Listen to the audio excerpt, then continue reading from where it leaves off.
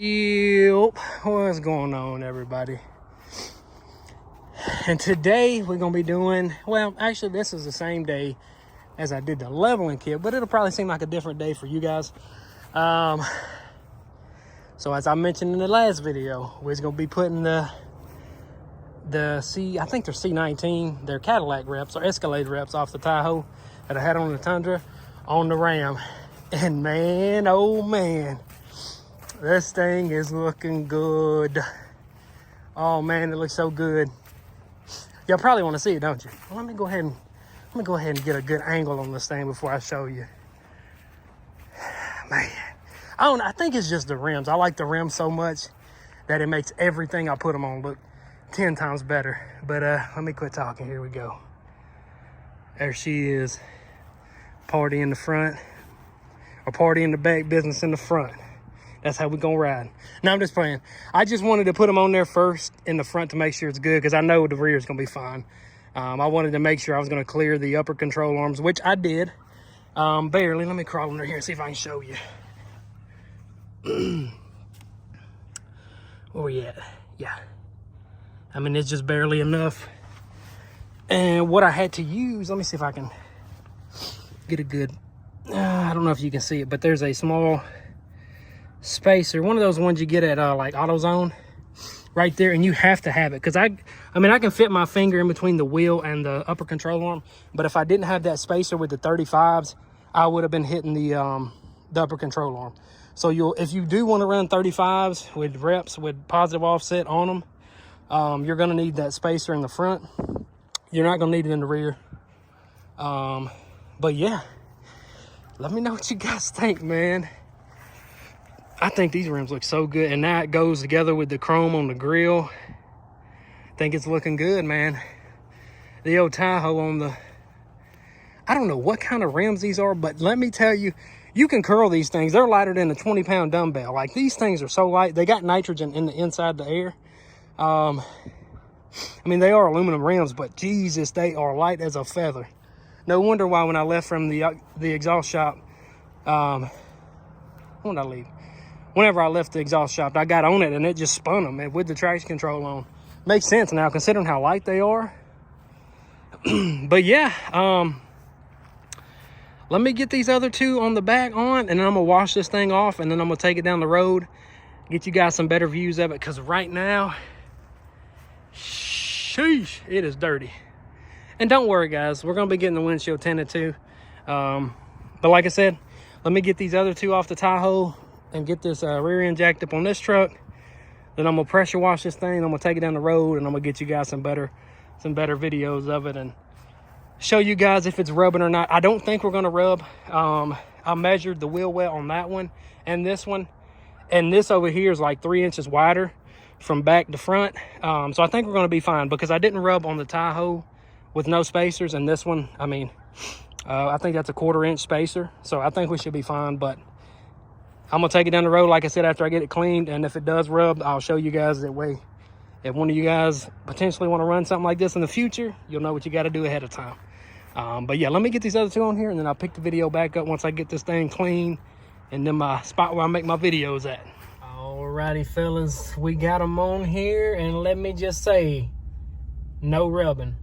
Like I said, the leveling kit has only been on here for a little bit now, so it could settle more and it could start rubbing, but as of right now, I can full lock front, rear, reverse, forward, and not rubbing at all.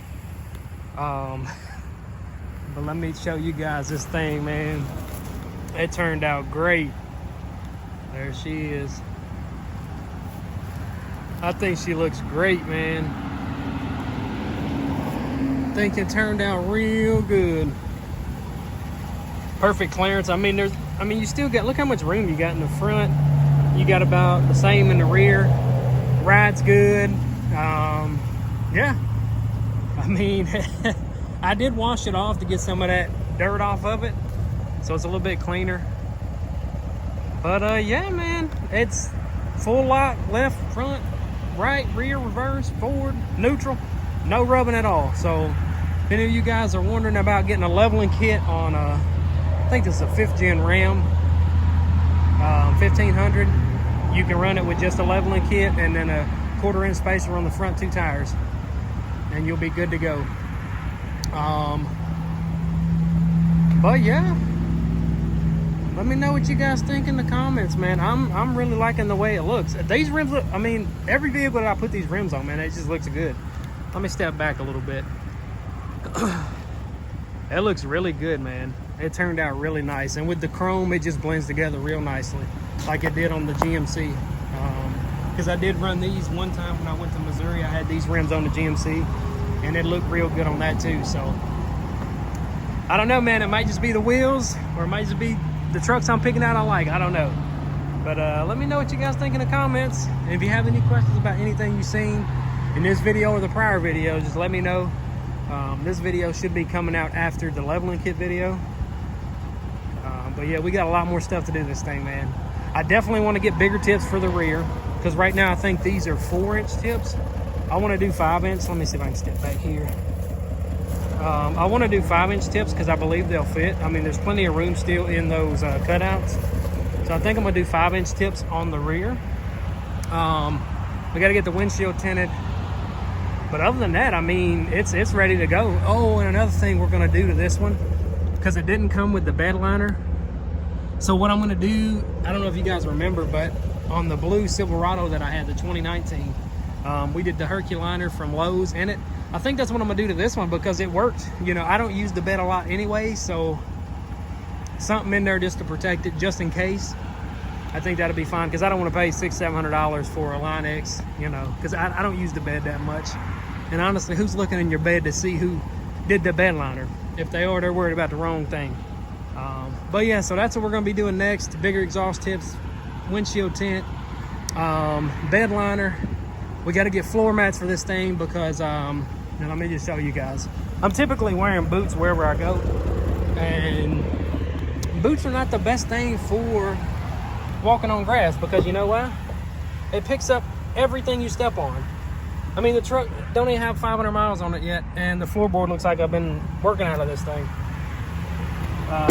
But yeah, same lug pattern as the Chevy, bolted right up, no issues there.